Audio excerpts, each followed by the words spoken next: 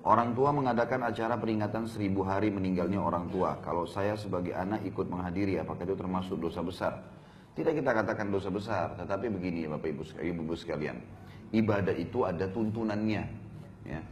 Kita punya Islam ini sudah sempurna. Al-Quran sudah lengkap, sunnah-sunnah Nabi sudah lengkap. Yang kita kerjakan yang ada panduannya saja. Tidak usah ditambah-tambah. Acara kematian, kalau ada orang mati, maka dianjurkan bertakziah selama 3 hari. Bertakziah, apa itu takziah? Meringankan kesedihan keluarga mayit. Kesedihan mereka, keluarga mayit. Jangan difahami ya, kalau orang takziah untuk mayit. Kenapa banyak orang kalau lagi takziah ibu-ibu sekalian baca Yasin, baca tahlilan. Kenapa mereka baca itu di acara kematian? Karena mereka anggap ini untuk orang matinya. Ini pemahaman yang keliru. Takziah itu artinya meringankan kesedihan orang yang sedang ditinggal mati, keluarganya. Kan gitu. Jadi kita disunnahkan bawa makanan. Waktu Ja'far bin Abi Thalib, saudara kandungnya Ali bin Abi Thalib meninggal di perang Mu'tah mati syahid, maka Nabi SAW berkata kepada penduduk Madinah, ya, buatkanlah makanan dan minuman untuk keluarganya Ja'far. Bukan Ja'far, Ja'far sudah mati. Yang mati ini setiap saat kita doain, bukan di hari itu. Ini 3 hari ini kita datang ke rumah orang yang sedang bersedih untuk keluarganya yang sedang sedih. Buatkanlah makanan dan minuman untuk keluarga Ja'far karena mereka sedang tertimpa apa yang tidak menimpa kalian. Kita disuruh bawa makanan, bawa minuman, kemudian datang selama 3 hari dan menyabarkan, mendoakan. Di antara doa Nabi SAW, A'zamallahu ajrakum. Semoga Allah melipat gandakan pahala kalian. Kalau nggak bisa bahasa Arab, bisa bahasa Indonesia dibacain buat mereka. Sabarin, doain gitu kan. Inna lillahi ma'akhad, walillahi ma'a'ta, wa kullu syai'in indahu bimiqdar. Sesungguhnya milik Allah yang dia kasih, milik Allah yang dia ambil, dan semua berjalan sesuai dengan takdirnya. Sabarin, sabar ya gitu. Kakak saya beberapa tahun lalu anaknya meninggal dunia. Anaknya satu-satunya anak laki-laki. Anak ini sehat, habis asar, nggak ada apa-apa. Masih makan pisang goreng, masih minum teh hangat gitu. Kakak saya ini ibunya masih minta tolong antar ke tempat kursus adik perempuannya di kota Makassar kebetulan. Pada saat itu, tiba-tiba jam habis maghrib dia pulang habis antar ibunya, temannya telepon dari Bali minta dijemput di Bandara Makassar, dia keluar pintu tol ditabrak mobil truk mati. Meninggal, nggak sakit, nggak apa ini. Nggak ada sama sekali apa-apa, tadi masih antar ibunya. Jam 12 malam baru ketahuan. Itu pun yang tahu kebetulan adik saya laki-laki, jadi pamannya anak ini ya. Itu dari celananya. Kok celananya kayak dia, ada dicari di rumah sakit, cari di mana-mana ditemukan. Itu darah semua. Yang jelas, pagi-pagi habis subuh saya ditelepon, ini kakak saya yang laki-laki sudah nangis-nangis. Kali cepat segera datang ke Makassar. Kenapa? Ini keponakan kita meninggal.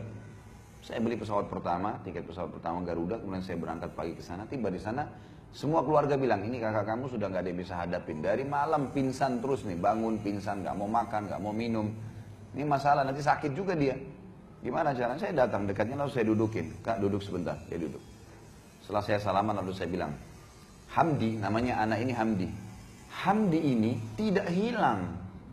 Tidak hilang, saya bilang. Hamdi ini kita sebagai orang beriman tahu, pindah alam ke alam akhirat. Akhirat itu abadi. Dia sedang mendahului kita ke sana. Untuk apa kakak sedih? Jelas-jelas dia cuma pindah. Dia bangun dari tempat itu dan dia bilang, memang benar Hamdi gak hilang. Saya bilang gak hilang. Orang beriman yakin, mati itu sebuah pintu untuk menuju kepada kehidupan abadi. Jadi gak usah sedih dengan mati. Memang mati itu harus dilalui proses. Bukan cuma manusia, hewan, tumbuh-tumbuhan, semua mati. Gitu kan?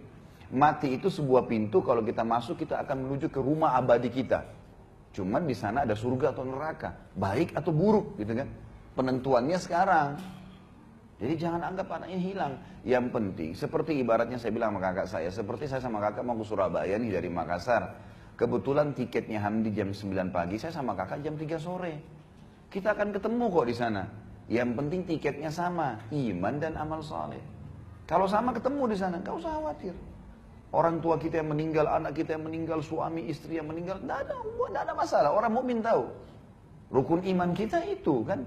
Rukun iman itu ada 6 diantaranya iman kepada hari kiamat. Kematiannya, alam barzahnya, hisabnya, surga nerakanya, panjang lebar itu. Kalau ibu-ibu ikutin ceramah saya di YouTube, Kitab Minhajul Muslim, tulis saja tanda-tanda hari kiamat. Atau tentang surga dan neraka. Ada panjang lebar saya ceritain masalah itu. Jadi kita harus paham tentang poin-poin seperti ini. Kalau orang meninggal, ya yang kita lakukan adalah kita bertakziah kepada mereka, keluarganya. Sementara si mayit, ya, itu 3 hari maksimal ya. Nabi kerjakan 3 hari. Jadi nggak ada hari ke-7, hari ke-1000, hari ke-40, ini nggak ada semua. Ini mengikuti acaranya orang-orang Nasrani. Kalau ada ibu-ibu di sini mungkin pernah mu'alaf dari Nasrani, pasti tahu. Gitu kan? Pasti tahu. Jadi saya tahu betul karena kebetulan istri saya mu'alaf. Non-muslim, tadinya Nasrani masuk Islam. Kemudian di acara keluarganya di daerah Manado itu luar biasa kalau kematian.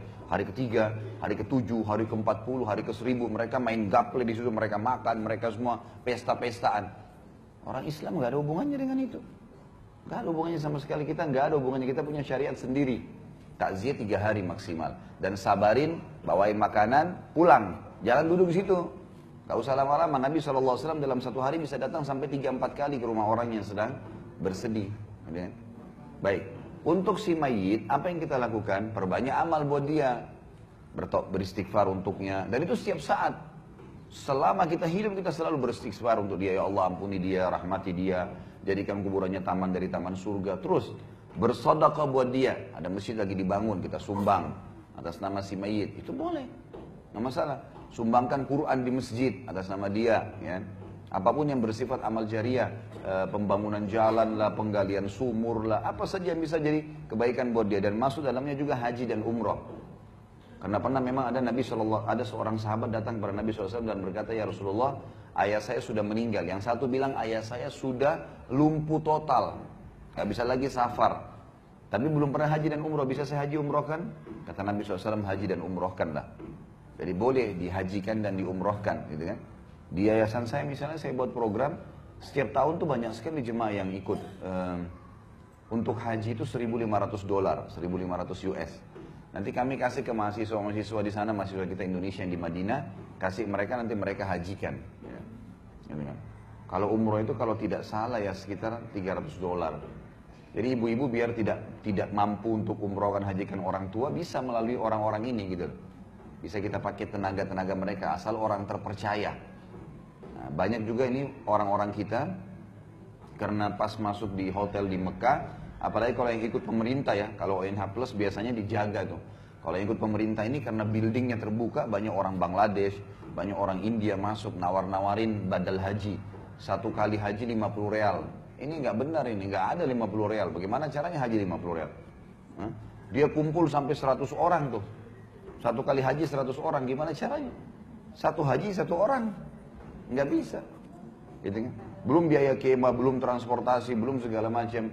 Nah ini termasuk bisa untuk orang meninggal. Jadi didoakan setiap saat, selalu sedekah jariahkan buat dia, sedekah buat dia perbanyak. Kemudian juga kita haji dan umrohkan buat dia. Gitu kan?